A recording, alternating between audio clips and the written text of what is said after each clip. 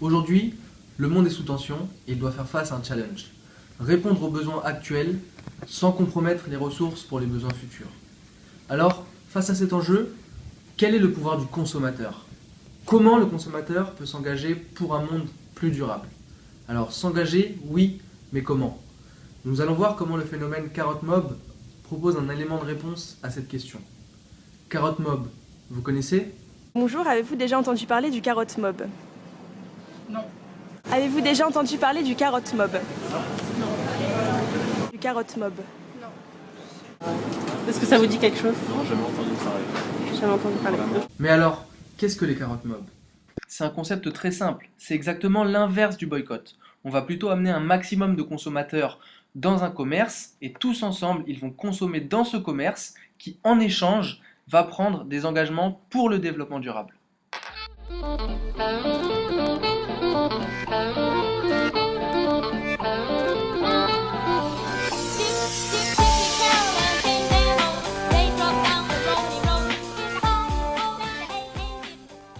Comment l'association Carotte Mob peut-elle influencer l'organisation d'une entreprise tout en agissant positivement sur son activité économique? Pour le comprendre, nous avons eu la chance d'interroger M. Florian Guillaume, directeur de Carotte Community, et M. Claude Aubert, directeur d'un intermarché parisien dans lequel s'est déroulée une action Carotte Mob en octobre dernier. Alors ça dépend de quel type d'entreprise on parle. Si on parle de commerce de proximité ou de petites TPE, PME, ça n'aura pas le même impact que si on parle de grosses sociétés ou de franchisés. Donc, quand on parle de grandes entreprises, on pourrait parler de responsabilité sociétale. Et là-dedans, nous, Carotte Mob, on s'inscrit comme une action qu'ils peuvent faire dans leur stratégie RSE. L'objectif, clairement, c'est d'influer sur toutes les entreprises et tous les commerçants possibles. On a quelques idées de modèles économiques qui pourraient rentrer directement dans les politiques RSE des groupes. Mais on pense à des trucs avec notamment les gros comités d'entreprise, des grosses boîtes et des choses comme ça, pour justement toucher directement tous leurs salariés et en quelque sorte les faire devenir Carotte Mobbers. Comme si on traite avec un CE d'une grande boîte française du CAC 40, c'est directement 200 000 salariés. Moi, ce qui m'a convaincu au travers de l'action Carotte Mob, c'était que ça dépassait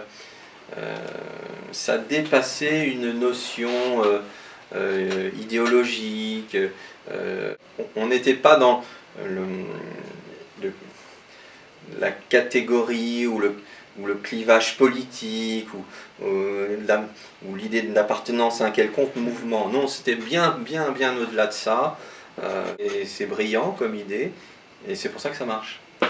C'est pour ça que ça marche, c'est ultra positif, c'est ultra joyeux, la journée s'est passée plutôt bien. On a recruté effectivement tout un tas de consommateurs qui, tous enchantés, m'ont fait l'éloge de cette journée. Quoi dire de plus, quand est-ce qu'on recommence, hein? Qu'est-ce qu'a permis Carotte Mob?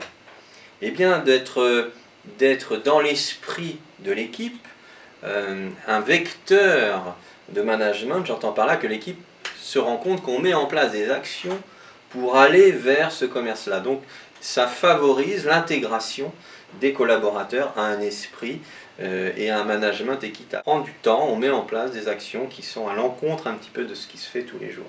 Donc ça permet eh bien de favoriser un management, on va dire, équitable. Et puis ça a rassemblé. Les gens étaient heureux quand on a fait ça.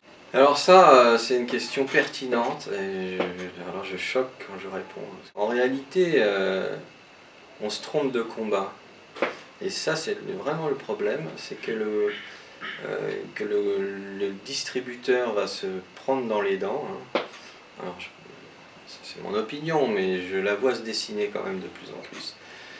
Où on pense que la grande distribution, voire même l'industrialisation en fait du marché mène la danse. Ça c'est complètement faux, ça c'est une vue de l'esprit. En réalité, on a décentré le problème. Non, pas le problème en réalité, parce que pour l'instant on pense que ça n'est pas encore Mais on a décentré le pouvoir de décision. Et en réalité, le pouvoir de décision, c'est le consommateur, c'est-à-dire nous qui l'avons. Et l'action équitable, elle n'a qu'une façon de pouvoir vivre, c'est de remettre le consommateur maître du marché. On doit s'adapter aux besoins. Ce n'est pas le consommateur qui s'adapte à ce qu'on lui propose. Donc le consommateur va reprendre les rênes, c'est ça qui fait avancer le business. Et vers l'hyper-rationalisation de la distribution, de l'offre, parce que c'est facile à faire. Facile à faire.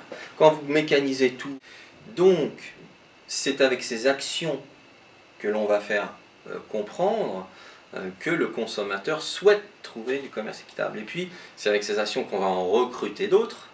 Et ce consommateur recruté va devenir presque un consommateur militant.